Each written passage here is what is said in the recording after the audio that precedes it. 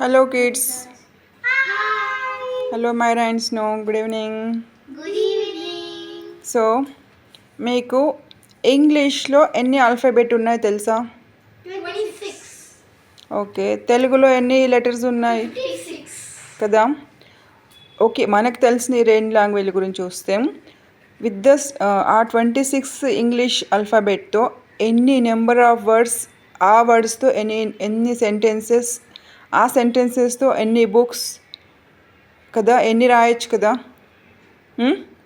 Same తెలుగులో ఈ 56 letters తోటి ఎన్ని వర్డ్స్ ఫ్రేమ్ చేయొచ్చు, ఆ వర్డ్స్తో ఎన్ని సెంటెన్సెస్ ఫ్రేమ్ చేయొచ్చు, చాలా. ఈ సెంటెన్సెస్ యూస్ చేసి ఎన్ని బుక్స్, ఎన్ని లైబ్రరీస్ క్రియేట్ చేయొచ్చు కదా. మనం మాట్లాడేది ప్రతి words, different combinations of words, sentences మనం వాడతాం కదా.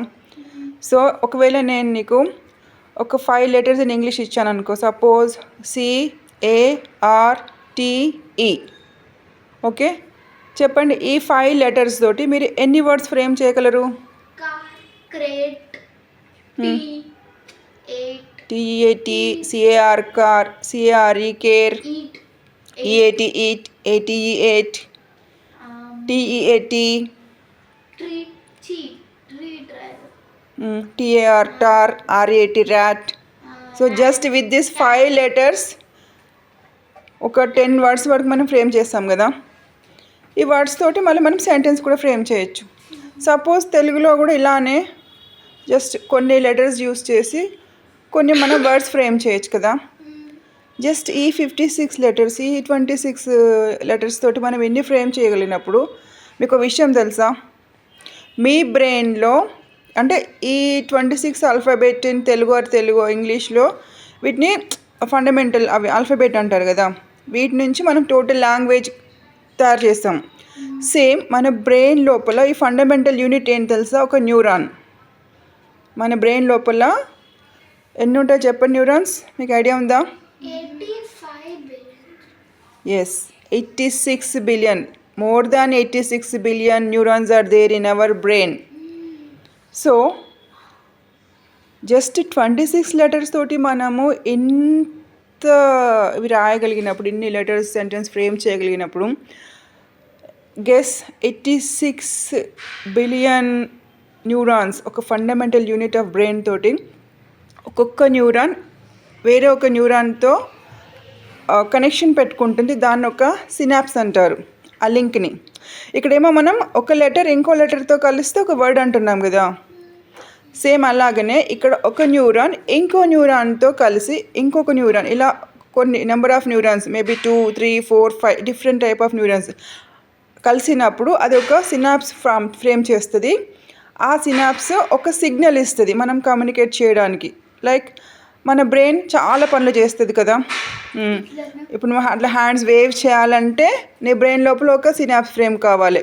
చూడు, తను మైరా నిన్ను కొట్టిందంటే ఒక సినాప్స్ ఫ్రేమ్, నువ్వు తనకు కొట్టావంటే నీ బ్రెయిన్లో ఒక తయారవుతావు. నువ్వు పుష్ చేసావంటే ఆమె నిన్ను పుష్ చేసిందంటే, నువ్వు స్మైల్ చేస్తున్నావంటే అగో, నువ్వు టీజ్ చేస్తున్నావంటే అదిగో, నువ్వు సమ్ పోస్టర్ ఇట్లా చూపిస్తున్నావంటే, నువ్వు ఎక్కిరిస్తున్నావంటే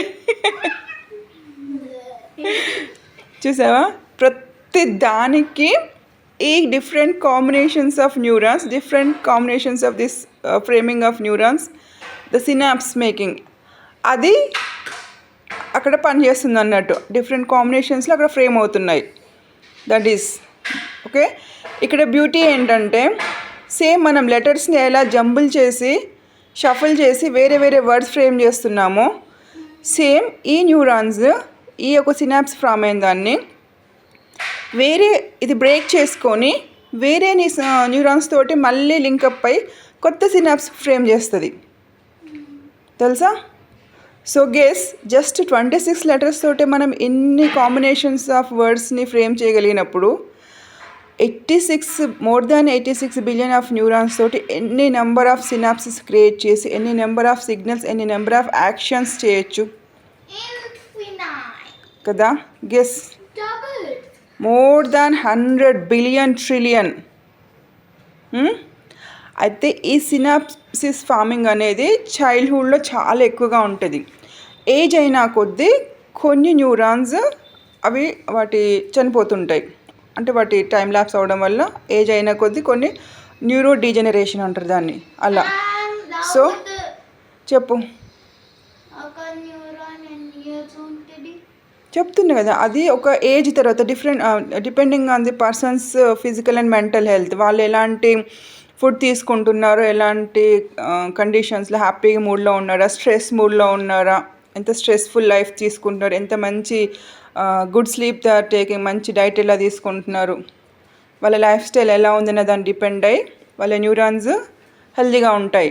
ఒక స్టడీ ఏం చెప్పిందంటే, మనం వింటాం కదా ఈ వేదిక్ చాంటింగ్, ఇవన్నీ ఓంకారం కానీ మన టెంపుల్స్లో కానీ ఎనీ రిలీజన్ లోపల వాళ్ళ పర్టిక్యులర్ టైప్ ఆఫ్ చాంటింగ్ ఉంటుంది కదా, ఒక different particular frame of words use చేస్తారు. లైక్ మనం ఓం అన్నప్పుడు ఒక సౌండ్ వస్తుంది చూసావా, సేమ్ మన ముస్లిమ్స్లో వాళ్ళు అల్లా అని, లేకపోతే ఇంకా సమ్ డిఫరెంట్. ఈ క్రిస్టియన్స్ అయితే అలెలోయా అని ఒక పర్టిక్యులర్ వర్డ్ని వాళ్ళు ఎక్కువ యూజ్ చేస్తారు. ఆ వర్డ్ ఏం చేస్తుందంటే ఆ సౌండ్ వేవ్స్ అనేది ఆ బ్రెయిన్ న్యూరాన్స్ని స్టిమ్యులేట్ చేసి వాటిని హెల్తీగా ఉంచుతాయి అంట. అందుకే మన ఇండియన్ కల్చర్లో ఎక్కువ మనం హిందూయిజం ఫాలో అవుతాం. మన హిందూయిజంలో ఉన్న ఈ ఓంకారం కానీ వేరే అదర్ మంత్రాస్ కానీ ఆ డిఫరెంట్ ఒక పర్టిక్యులర్ ఫార్మాట్లోనే మనం పలుకుతాం. అగైన్ డౌట్, టెల్ మీ, చెప్పు. తిన్న రిలీజియన్లో వేరేలాగా వింటారంట. ఓకే, వాట్ ఎవర్ చెప్తున్నానే, ఒక్కొక్క కమ్యూనిటీలో ఒక్కొక్క రిలీజియన్లో ఒక టైప్ ఆఫ్ చాంటింగ్ కానీ అవి కానీ చేస్తారు. వాహిగురు ఓకే, అది god name, but like anything particular Waheguru shloka type. that type of chanting, the vibrations in your throat, in your brain, ఆ వైబ్రేషన్స్ అనేవి మన బ్రెయిన్ లోపల న్యూరాన్స్ని స్టిమ్యులేట్ చేసి యాక్టివ్గా ఉంచి మంచి సినాప్సిస్ ఫామ్ చేసి మంచి థాట్స్, మంచి కాగ్నిటివ్ పవర్ పెంచుద్ది అన్నట్టు అట్లా. సో అలాంటి ఒక పని చేస్తుంది అవి. అలాంటి హెల్తీ కండిషన్స్ ఉన్నప్పుడు అవి ఇంకా బాగా యాక్టివ్గా ఉంటాయి. మనం ఎప్పుడు స్ట్రెస్గా, డిప్రెస్డ్గా, చాలా ఇన్యాక్టివ్గా, ఏదైనా మనము పని బాగా చేస్తేనే అది బాగా పాలిష్డ్గా మంచిగా అవుద్ది. పని చేయకుండా పెడితే అన్ని దుమ్ము పట్టిపోతాయి కదా. అందుకే అంటారుగా empty man's brain is devil's workshop అని.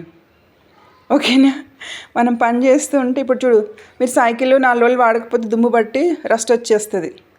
కారు ఒక 4 రోజులు బయటికి తీయకపోతే స్టార్టింగ్ ట్రబుల్. రెగ్యులర్గా వాడుతుంటే ఏదైనా కూడా సూపర్గా పనిచేస్తుంది. So same with the case of brain, దాన్ని బాగా యూస్ చేస్తుంటే అది బాగా షార్ప్ అయి చాలా బాగా పనిచేస్తుంది. ఓకే, ఆ న్యూరాన్స్ కూడా చాలా యాక్టివ్గా ఉంటాయి, బాగా పనిచేస్తాయి. ఓన్లీ సమ్ రేర్ కేసెస్లో with the effect of bad food, bad sleep habits, bad life style habits ఆ న్యూరాన్స్ ఇన్యాక్టివ్ అయిపోయి చచ్చిపోతాయి.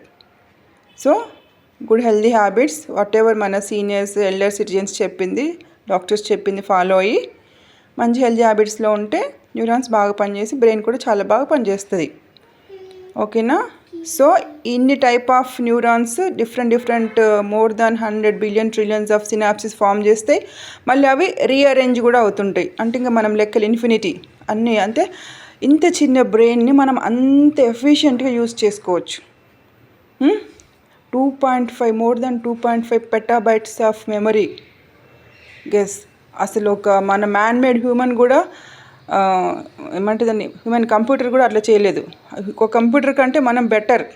ఇంకా కంప్యూటర్స్ అన్నా, రోబోట్స్ అన్నా వాటికి ఎప్పటికీ ఒక ఫ్యూయల్ ఏంటి, మనం బ్యాటరీ ఛార్జ్ చేయాలి, ఆ మెటల్ ఖరాబ్ అవ్వచ్చు, ఆ సర్క్యూట్స్ బ్రేక్ అవ్వచ్చు, ఏమైనా అవ్వచ్చు. కానీ మనది ఎప్పటికీ వైటాలిటీ మనతో పాటే ఉంటుంది. ఏమైనా అదే ఆ హెల్త్ ఇష్యూస్ రాకుండానే మంచి హ్యాబిట్స్, హెల్తీ హ్యాబిట్స్ తోటి దాన్ని బాగా ఉంచుకోవాలి. ఫిజికల్గా హెల్తీగా ఉండాలి, మెంటల్గా హెల్తీగా ఉండేలాగా చూసుకోవాలి. బట్ అవి రీప్లేస్ అవ్వడానికి, మనం రికవర్ అవ్వడానికి ఛాన్స్ ఉంది కదా. ఓన్లీ డెత్ కెన్ వాటిని తీసేయగలుగుతుంది. కానీ అన్లైక్ ఒకసారి ఛార్జ్ అయిపోయిందాక పక్కన పెట్టేసి లేదు కదా. ఈ ఛార్జింగ్ ఏంటంటే రెగ్యులర్ వర్కింగ్, ఎప్పుడు మెమొరీలో ప్రతి విషయాన్ని మనం మెమరైజ్ చేసుకుంటూ ఉండాలి, రీసెర్చ్ చేస్తూ ఉండాలి, ఎక్కువ పజిల్స్ సాల్వింగ్. ఈ బ్రెయిన్ ఇంకా ఎట్లా షార్ప్ చేయ తెలుసా? ఎప్పుడు రైట్ హ్యాండెడ్ వాళ్ళు లెఫ్ట్ హ్యాండెడ్ వాళ్ళు ఉంటారు చూసావా? అప్పుడప్పుడు ఏం చేయాలి, రైట్ హ్యాండెడ్ వాళ్ళు just for fun, for hobby left హ్యాండ్తో రాయడం, లెఫ్ట్ హ్యాండ్తో డ్రా చేయడం, రైట్ హ్యాండ్తో చేసే పని లెఫ్ట్ హ్యాండ్తో చేసావనుకోండి, బ్రెయిన్కి కొంచెం ఎక్కువ మనం యాక్టివేట్ చేసినట్టుగా అవుద్ది. కొంచెం ఎక్కువ ప్రెషర్ ఇచ్చడం వల్ల అది ఇంకా కొత్త విషయాలు నేర్చుకోవడానికి, కొత్త సినాప్సిస్ ఫ్రేమ్ చేయడానికి దాన్ని మనం ట్రిగ్గర్ చేసినట్టు అవుద్ది. బలవంతంగా కాదు, జస్ట్ ఫర్ హ్యాబీ, అలా సరదాగా చేస్తున్నాం అనుకో, చిన్న చిన్నగా దాన్ని అలాగా. మీకు కూడా ఎప్పుడు రెగ్యులర్గా రొటీన్గా స్కూలు, ఇల్లు, ఫుడ్ కాకుండా పిక్నిక్ తీసుకెళ్లారనుకో, ఎంత హ్యాపీగా ఉంటారు మీరు కదా. బ్రెయిన్ కూడా రోజు ఒకటే రైట్ హ్యాండెడ్ వాళ్ళలాగా ఒకటే చేత్తో రాయడము, పనులు చేయడము, తినడము, ముట్టుకోవడం ఒకటే చేతి కాకుండా ఒకసారి లెఫ్ట్ హ్యాండ్కి ఇచ్చారనుకోండి, కొంచెం దానికి అట్లా డిఫరెంట్గా అవుతుంది కదా. అలానే ఎవరైతే లెఫ్ట్ హ్యాండెడ్ వాళ్ళు ఉన్నారో అప్పుడప్పుడు ఫర్ ఫన్ సేక్ రైట్ హ్యాండ్తో చేయడానికి ట్రై చేయొచ్చు. అది బ్రెయిన్ ఇంకా స్టిమ్యులేట్ చేయడానికి బాగుంటుంది అన్నట్టు. ఓకేనా? స్కూల్లో వర్షిని లెఫ్ట్ హ్యాండ్తో రాస్తుంది, రైట్ హ్యాండ్తో రాయమన్నప్పుడు ఎట్లనో ఉంటుంది హ్యాండ్.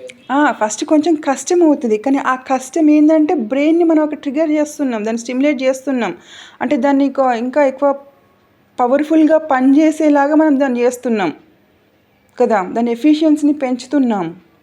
అట్లా ఏమవుద్ది, అప్పుడు బ్రెయిన్ ఇంకా సూపర్ బ్రెయిన్ అవుద్ది. అప్పుడు మీరే Einstein, Newton, we are not less than Einstein, Newton, Archimedes. Okay, వాళ్ళందుకంటే ఎక్కువ కావచ్చు, మీరు ఇంకా హిస్టరీలో నిలిచిపోవచ్చు, వాళ్ళ పేర్లు తీసేసి మీ పేర్లే రాసుకోవచ్చు. The great Shirley, the great Myra, wow, yes, we want to see your names in the history. Okay, that is in your hands. No, not in your hands, in your brains. Okay, We will be the annoying inventors of yes. automatic pens. Not given me. Okay, so make use of full percentage of your brain power. People think Newton is annoying because he invented physics. So you invent something good, with that no one can say that you are annoying. Okay, But you think everyone will appreciate you. You invent something that everyone will appreciate you. Okay, you do that invention. Yes.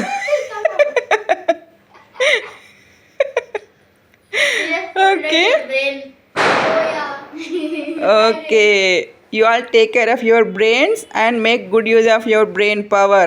Okay, I want to see you as future scientists. Great. Will you do that? Yay! Who are you? We are the future nation. Good future nation. Bye.